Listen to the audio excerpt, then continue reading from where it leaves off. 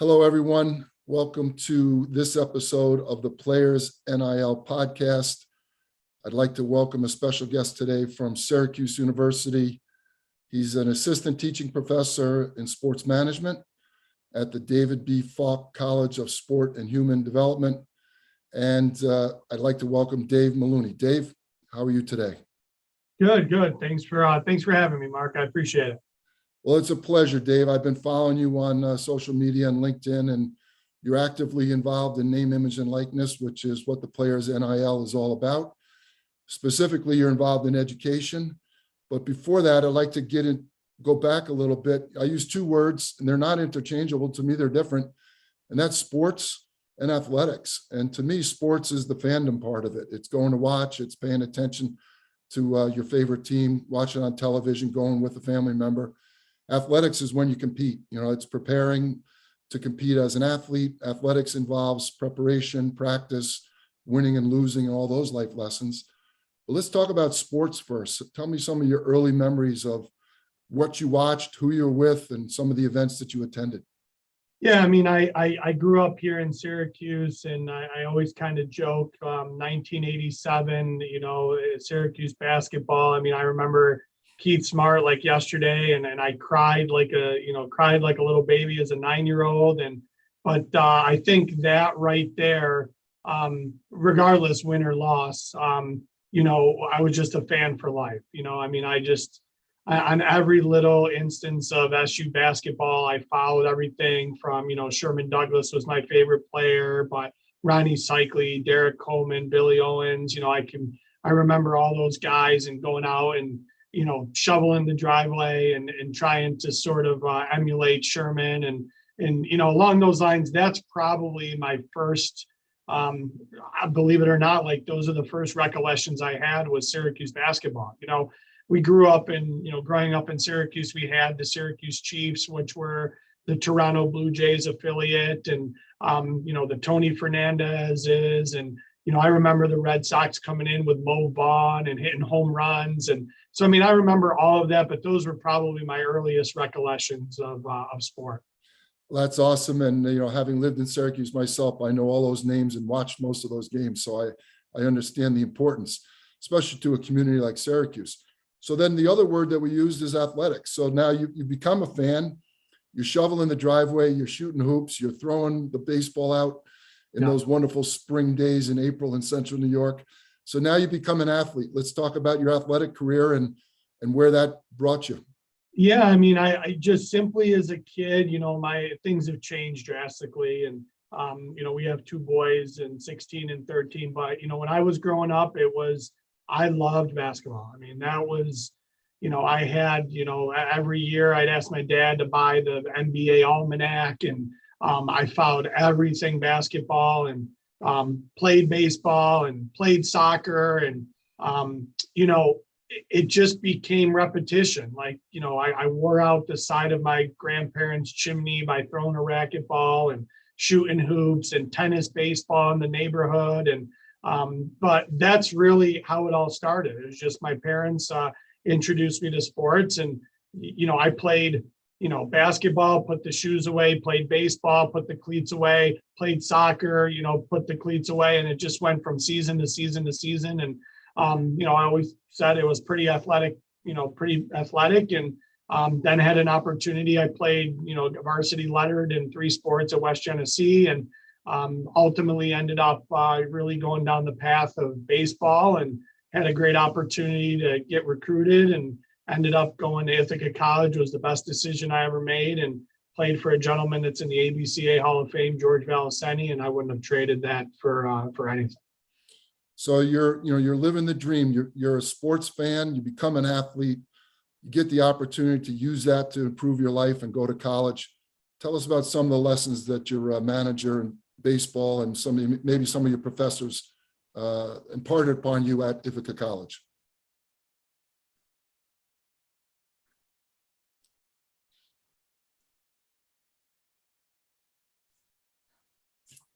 Still there, Mark?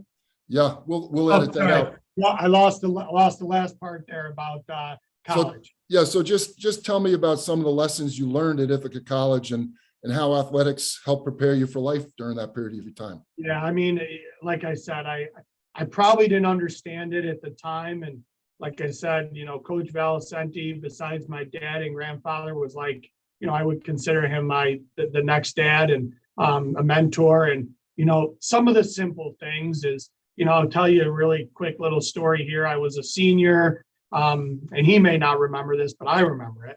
Well, I was a senior and we were flying pretty high. We were ranked in the top 15th, I think as high as 9th at the time. And we had a practice and we were doing our circuits of running the bases. And one of the last sort of circuits was you have to run a home run. So it's down to first to third, so on and so forth. So one of the last ones is you run around the bases, and we got all done. Everybody was pretty hyped up. We had a good practice, and coach just said, all right, let's go get back to home plate. So, I'm a captain, and I said, coach, what are we doing? And he said, well, you missed second base. So I won't share what I sort of said under my breath, but I wasn't very happy, and ended up, doing it again, going up to take a shower, and I wasn't very happy. And guys are looking at me like, hey, here's our captain, didn't even do the drill right. And, I had to walk by my coach's office and sort of go, hey, coach, have a good night. I probably said it sarcastically and said, Meluni, come back in here. So I came in, I go, what's up? He knew I was mad, and he goes, you didn't miss second base. I said, I know I didn't miss second base. He said, but I needed to use somebody as an example for us not to get complacent. We couldn't have done everything successful in the last 2 weeks. We haven't lost a game. We had a flawless practice, and we needed something negative to end to keep people on their toes. Mark, I'll never forget that, right? And is it fair? No. Is it teaching a lesson? Yes. Did he know that I could probably handle it? Yes. Could he have done it with some other guys? Probably not. So again, those are the things that I always take. Like, every time you're having a little bit of success, put it in perspective, and understand that at any point you can get knocked down to here. It could be taking an exam and you getting a 95, and the next exam you get a 65. We talk about in my household, it's like compete. Everything you do, you compete, because as soon as somebody sees that weakness, they're going to jump on it. Yeah, great lesson. And, how thankful are you? And it's great story. And so you have this career at Ithaca College, you play on a great team, probably friends for life and memories that you just shared.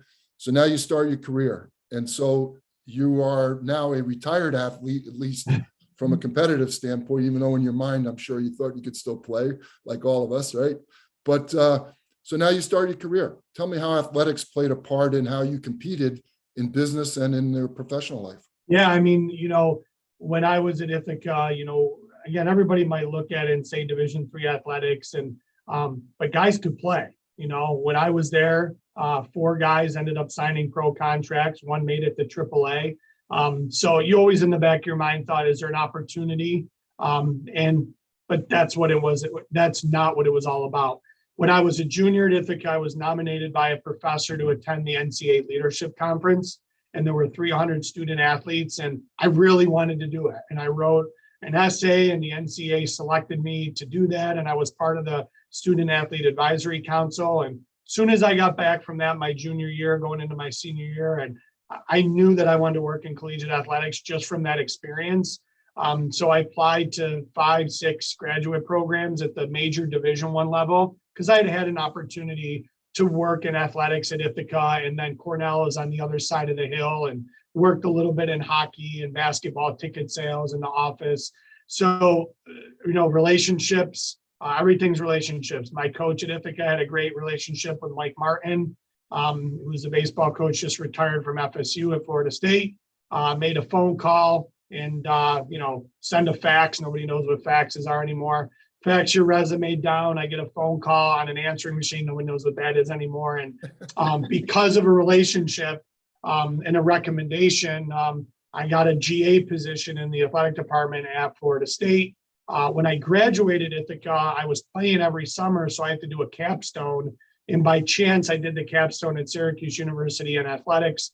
Then I went down to Florida State, was down there for 18 months, got my graduate degree. got a full-time position as a marketing assistant, and then got the phone call that they were looking for an entry-level salesperson back at Syracuse with ISP Sports.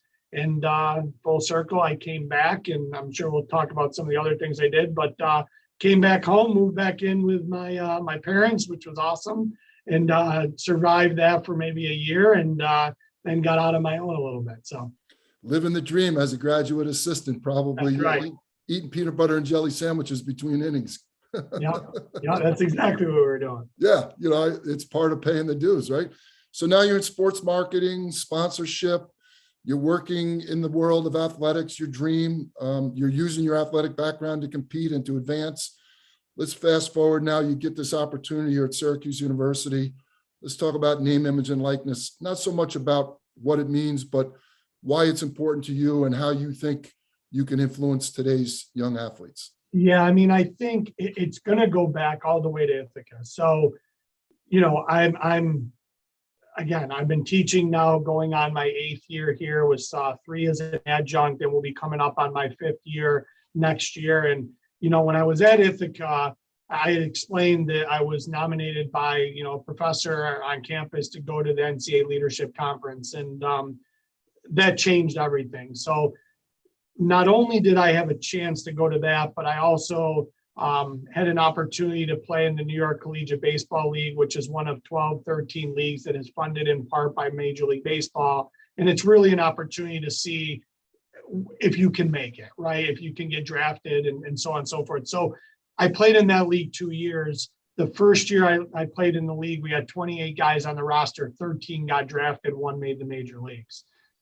When I was around Indiana, Georgia, Ole Miss, really sort of opened my eyes to, number one, all the cool gear those guys got. We got a little bit of gear at Ithaca, but all these guys were getting Louisville batting gloves and cleats and all this stuff.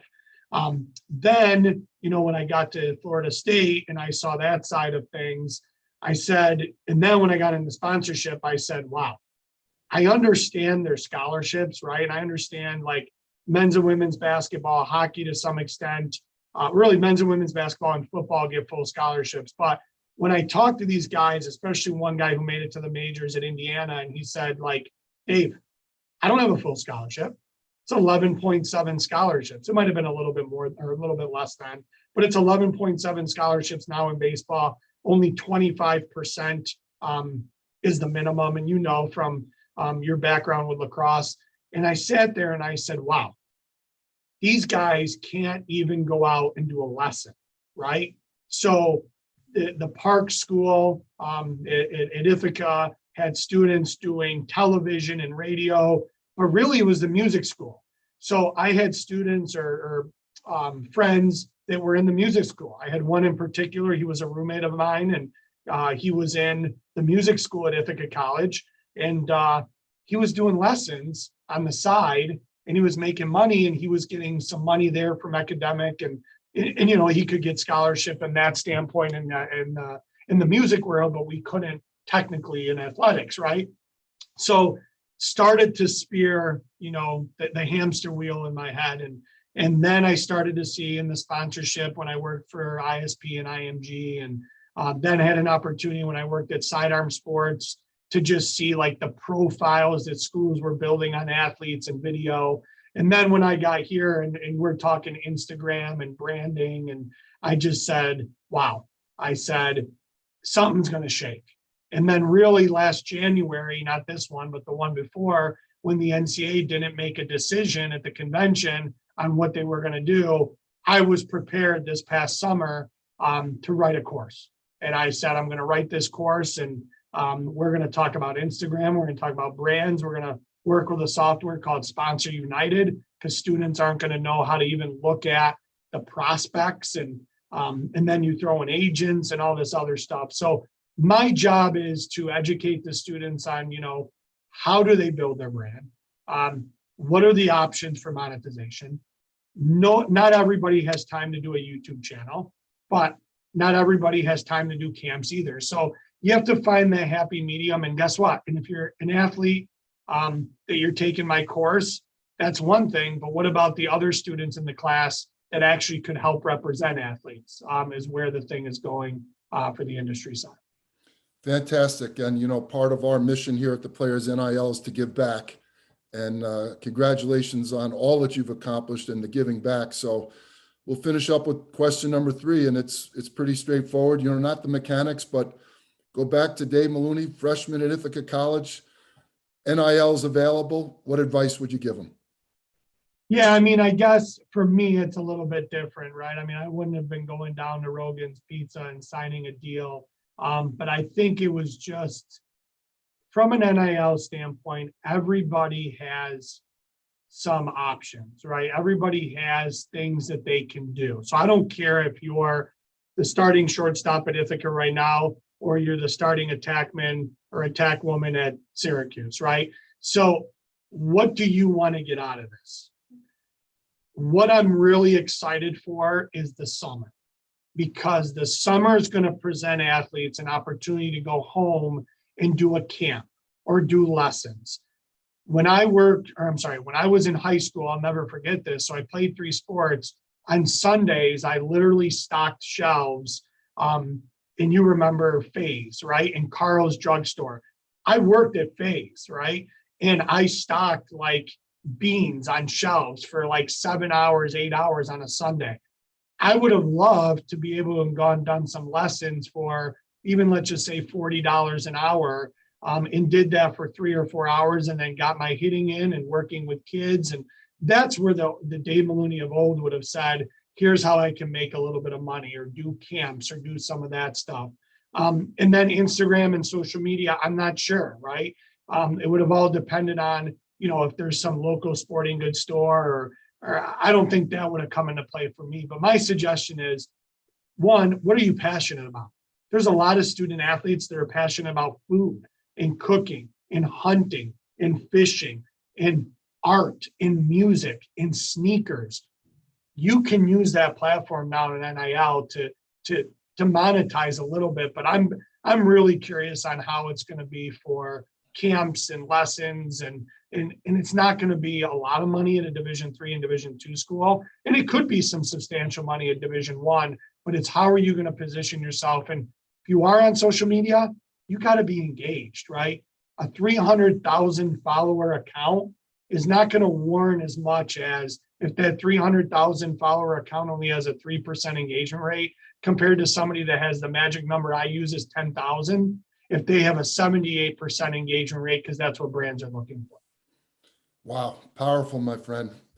Great stuff. And, congratulations again, and best of luck to you and your family and your boys, young athletes. So you're getting to live that part of the circle, and pretty soon you'll complete that circle when your kids use athletics to better their lives, and you will have accomplished your goals. So thank you for joining the podcast here at the Players NIL, and we wish you all the best. Hey, thanks for having me, Mark. I really appreciate it.